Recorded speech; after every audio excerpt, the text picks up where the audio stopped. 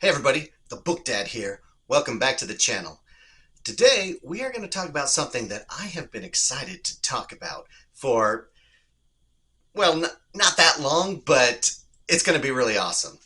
Uh, I've said in some of my previous videos that one of the authors that I have really gotten into lately is Stephen King.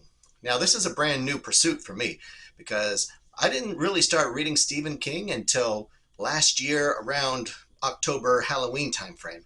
But since then, I have now read 12 of his books, and they are pretty awesome. Uh, Prior to that, I had read one Stephen King book in my early years, back when I was a teenager.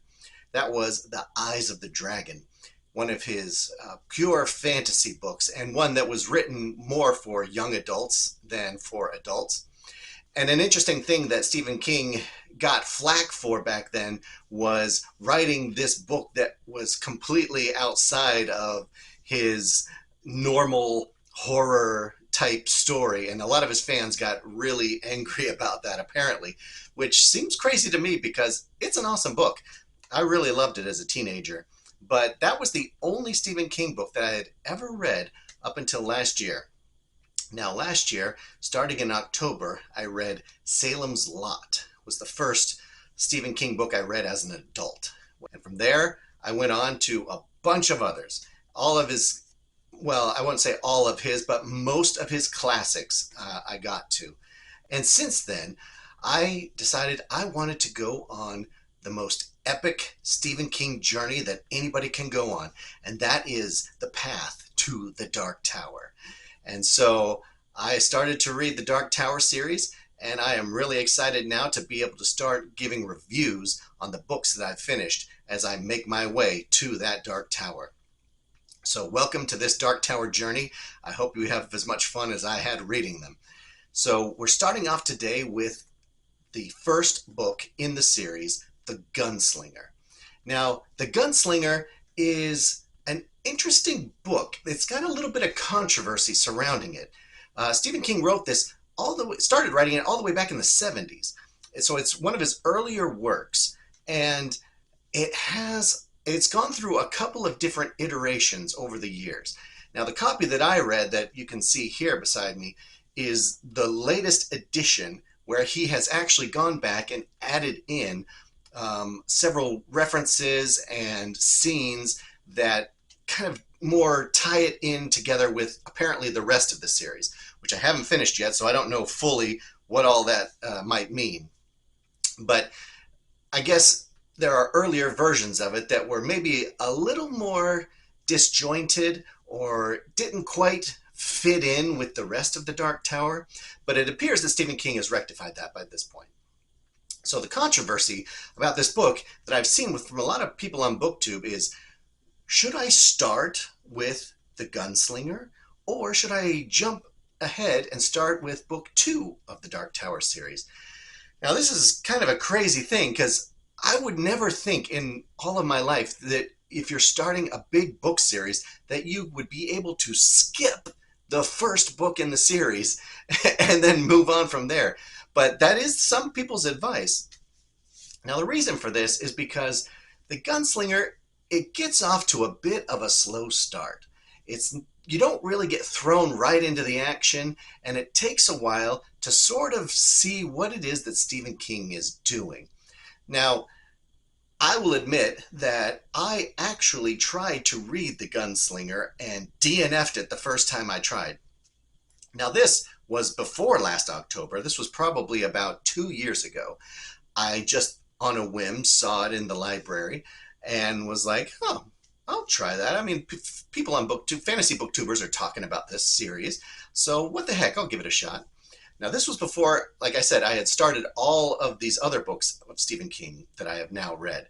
So I picked it up, brought it home, started to read it, and I bounced off that sucker in like 30 pages or 40 pages maybe. It did not catch my interest. It starts off slow. It's kind of weird. It's a little bit meandering, and you can't really tell where it's going. It just kind of seems strange and a little bit boring. So I'm reading this and I'm not liking it, and I just stopped and then took it back to the library after a couple of weeks, just didn't get into it, and bounced right off of it. Now, I can see why people would say, if you want to read The Dark Tower, maybe don't start with the first book because it is a little hard to get into. But what I will say is that I just wasn't ready yet for Stephen King's writing. I had no other comps for it other than The Eyes of the Dragon, which I had read 20 years ago or something. So then what happened when I started to read his other books last year, like I read Salem's Lot, I read The Shining, The Talisman, The Stand, Misery. And as I started to read those books and really liked them, was blown away by his writing, his style, his tone, his themes. All of that started to permeate, and I got a real sense of what Stephen King is like. And then at that point, I am now ready to start The Gunslinger. Then, once I started The Gunslinger this year, I was able to read straight through all the way to the end and had no issues with it whatsoever. I mean, yes, the beginning is a little bit slow, but it's building towards something. And if you just trust Stephen King, then you know that he's going to get there eventually. And so that would be my ultimate recommendation for those of you that are new to this series or new to Stephen King himself. Read a few of his earlier classics, and then from there move on to The Dark Tower. And I think you'll find that to be a lot easier to jump into the series that way, rather than just going in without having any prior knowledge of Stephen King's works. So now, The Gunslinger. This book is pretty good. It's not his best, I will say that, but it is a lot better than I think a lot of people give it credit for. For me, this book starts off with one of the greatest opening lines of any fantasy book that I've ever read. It is classic. The man in black fled across the desert, and the gunslinger followed. This puts you like right on this trail of what is going on. Now, granted, it does kind of like fumble a little bit after that and get a little bit boring and stuff, but then it gets back to it. But just a great opening line. Like Stephen King can write a great line like that. And I will share various lines throughout as I get through this series. I've come across several just amazing lines that he has written that are so perfect. So it starts off with a bang. You're following the man in black as the gunslinger. And so you're immediately introduced to a couple of characters that will factor in heavily throughout the rest of the series. The first being the man in black, this shadowy figure that you don't get a whole lot of information about. You just know that he is the target. We are following him. We are trying to track him down and catch him. And it's not easy. It seems like the gunslinger has been following him for years. It's unclear, but it seems like he's been following him for most of his life on this quest that has something to do with the Dark Tower. Now, in the first book, it doesn't give you a ton of information about the Dark Tower. You just know that that is off in the distance somewhere that the gunslinger is trying to get to, and the man in black has something to do with it. So his quest in this book is to get the man in black. The gunslinger is Roland Deschain of Gilead, and this character is so good. Like, he's kind of described by Stephen King in the preface to the book as a Clint Eastwood man with no name type character, a Western gunslinger, and he is single-minded. His only care is to get the man in black. He is like a dog with a bone. He will never stop. He will never quit. He will do whatever it takes to get to the Man in Black so that he can ultimately get to the Dark Tower. And it's not explained in this book why he is so intent on this. It starts to get fleshed out a little bit in later books, but in this first one, you don't really know that much about it. But he is off on this mission, and I'm not going to give any spoilers for this book. It's a very short book, and there's not a ton really to spoil in it, but I'll just stay pretty vague throughout the review. So you as the reader are not given a lot of information at first about Roland or why he's doing what he's doing. He just is going for this Man in Black. He doesn't talk to very many people. He's not really involved with a lot of people. Doesn't really want to get involved with anybody that he comes across that much. He's just trying to continue his quest. And he eventually comes upon this village. And this is really sort of the first big scene, and it becomes an action set piece where you really start to see like the doggedness that Roland has in accomplishing his mission. He is not afraid to do anything to get what he wants. And so right off the bat, you're shown that he is somebody to be reckoned with, and that you don't mess with the gunslinger, because he will do whatever it takes to continue on his journey. So from there, it continues to move on, and he's basically walking through this desert, and he has very little food, almost no water. He just keeps following the Man in Black. He can see on the horizon like maybe the smoke from his campfire way off in the distance, or he can see his outline way out there, and he just keeps following and following him. And eventually he gets to this little area, and he comes across a new character. A new character is introduced, and this is the young boy Jake. And it's explained a little bit how he gets there, and it's a little bit mysterious, but Jake is not from this world. He is from another world. And Roland, for some reason, feels some kind of connection with this little boy. And he's probably, I can't remember, I think he said he was like maybe 12 or 13 years old, something like that. He's a young boy, maybe a little bit younger than that. I can't remember off the top of my head. But he's a young boy, and Roland feels connected to him. He knows there's something special about this boy. And Jake, for his part, he's a little bit disoriented. He doesn't exactly know how he got here. He knows what happened to him, but he doesn't know why he's in this place. And he also offers up an amount of trust to the gunslinger, because he saw the Man in Black come through, and that scared the heck out of him. But then Roland came afterwards, and he feels like he can trust Roland, that he can grasp onto him and let Roland help him. And so they begin to travel together, these two, and they continue, and they have several different adventures. A couple of things happen that strengthen their bond, and Roland begins to be like almost a father figure to Jake. He starts to feel actual love for the boy. And this is nice because at the beginning of the story, Roland felt like he had no emotions whatsoever. It was just get to the Man in Black, get to the Dark Tower. Like, that's it. He was very one-sided. But once Jake comes into his life, you begin to get a little bit more out of him, a little bit more emotions.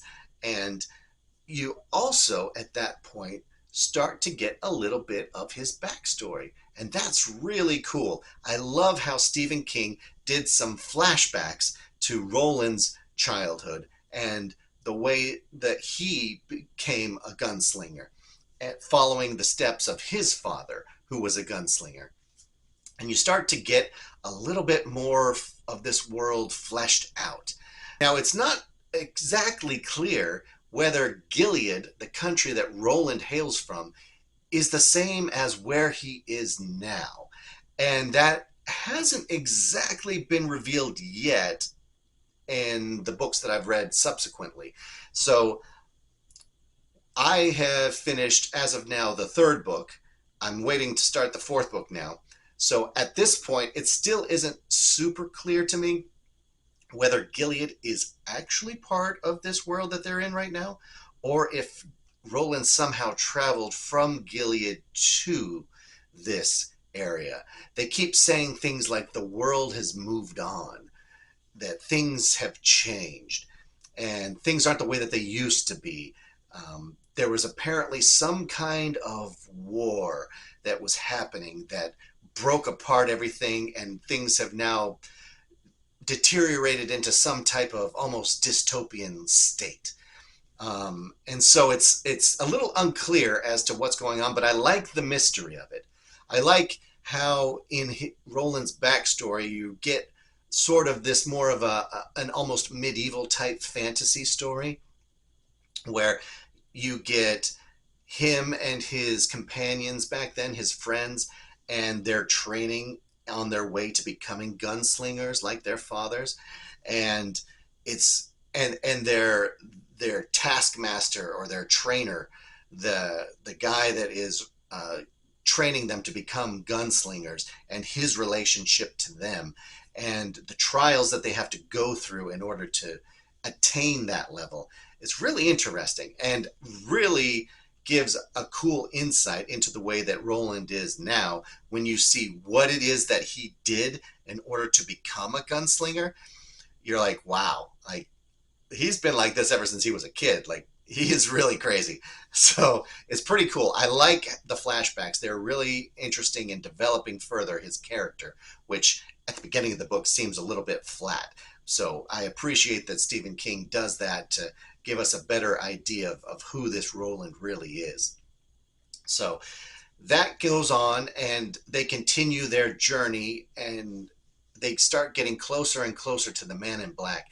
And Roland, at a certain point, realizes that he is going to have to make a choice whether to do one thing or do something else in order to catch the Man in Black.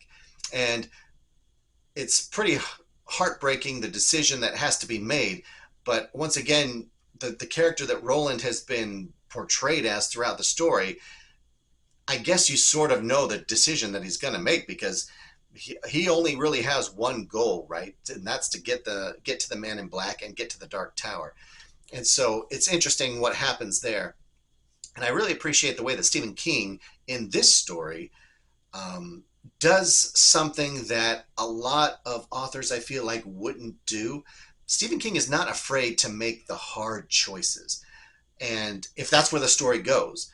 And it's famously known that Stephen King doesn't really plot out his stories beforehand. Like he doesn't storyboard them and really know where it is that he's going. He's just sitting down and he's writing.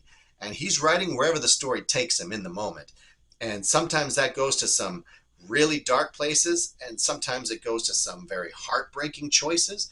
But he's not afraid to take the story where it needs to go. And so that was one of the things that I really did like about The Gunslinger, is that Stephen King will allow the story to be what it is supposed to be in his mind. Whereas maybe other authors would find a way to fudge something and to save certain characters and things like that. But Stephen King's like, no, this is the way the story is happening, and that's the way it's going to be. So eventually we get to the end here, and Roland and the Man in Black have a palaver, which is another interesting aspect of this story, that they have these words and phrases that they use throughout the book that are close to things that we say, but maybe just a little bit off. So it gives it that air of strangeness and fantasy and mysteriousness. So Roland and the Man in Black are going to sit down and have this palaver. They're going to sit down and talk and figure out what it is that Roland wants to know. And Roland doesn't really know exactly what it is that he's chasing, right? And so that's an interesting mystery in this story. It never explains exactly why he is chasing the Man in Black. It never explains why he has to get to the Dark Tower, other than that there's some forces of destiny at play here, and he's caught up in that.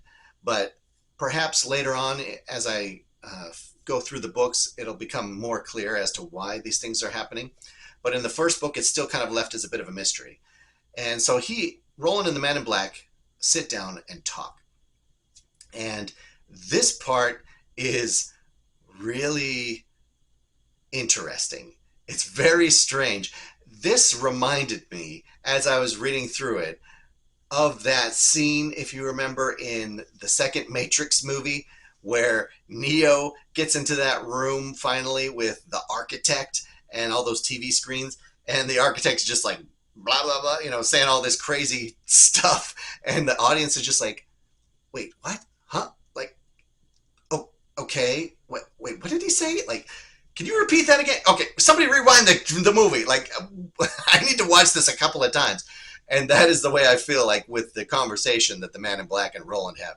Like, there are some really detailed, weird, interesting, strange things that are being told to Roland that feel like they are very, very important. But I don't know exactly what they're saying, like what it is. And so I actually, now that I'm almost halfway through the series, I want to go back and reread that conversation that they had and see if I can understand it a little better now, or if it's still a little bit mysterious. So it's a really cool scene. It's not fully understandable, I feel like, but it is very interesting. And then, yeah, from there, you pretty much go right to the end of the story. Stephen King doesn't tell you what's going to happen next. So you got to get to the next book. And so it leaves it with a little bit of a cliffhanger and a lot of mystery. So the thing about this book is that overall I would give it 4 out of 5 stars. It's not perfect by any stretch of the imagination. It has a few flaws, and the beginning isn't the best, but when you get to the middle portion where you start to get the flashbacks of Roland's early life, and then Jake comes into the picture, and then in the end when the Man in Black and Roland have their discussion, those parts are really, really great. And I think that this book is well worth reading. I would never say skip this book and go straight into the drawing of the three, because this book gives you a crucial relationship and a crucial action that has echoes further on into this story that will really help you to feel some strong emotions when you get to book 3. Trust me on that one. And so this was a great book. I really loved The Gunslinger. The Dark Tower as a book series is an extremely interesting fantasy series. Stephen King combines many different genres, and this is something that he's famous for. But here you have obviously the Western motif with the gunslinger and the gunfights and gun battles that he's involved in. You've got the iconography of him as the gunslinger, the Man in Black as the enemy. You've got horror elements that come in. You've got fantasy. There's even some science fiction as to where Jake came from and how he's here and how different worlds are interacting with each other. So Stephen King really brings all of these disparate genres and puts them into his own unique soup. And that's what The Dark Tower is. And as I've continued on with the books, it just keeps getting better and better. So what I will say is read The Dark Tower, but first read some other Stephen King books so that you get a good feel for the way that he does things, and then jump into The Dark Tower and start your journey on the path of the beam. So I really love this. I hope you do too. One thing to note, that obviously with Stephen King's adult books, these are adult books, not for kids. You definitely want to steer clear of the kids reading this kind of stuff, but it is excellent, and I am interested to see where it goes. I really have no idea. I am about to start book 4 in another couple of weeks and continue on my journey to see what Roland and his Ka-Tet are up to. So thanks for joining me on this first step of our Dark Tower journey, and look forward to jumping into the drawing of the three soon. So until then, keep reading to your kids every night. All right, see ya.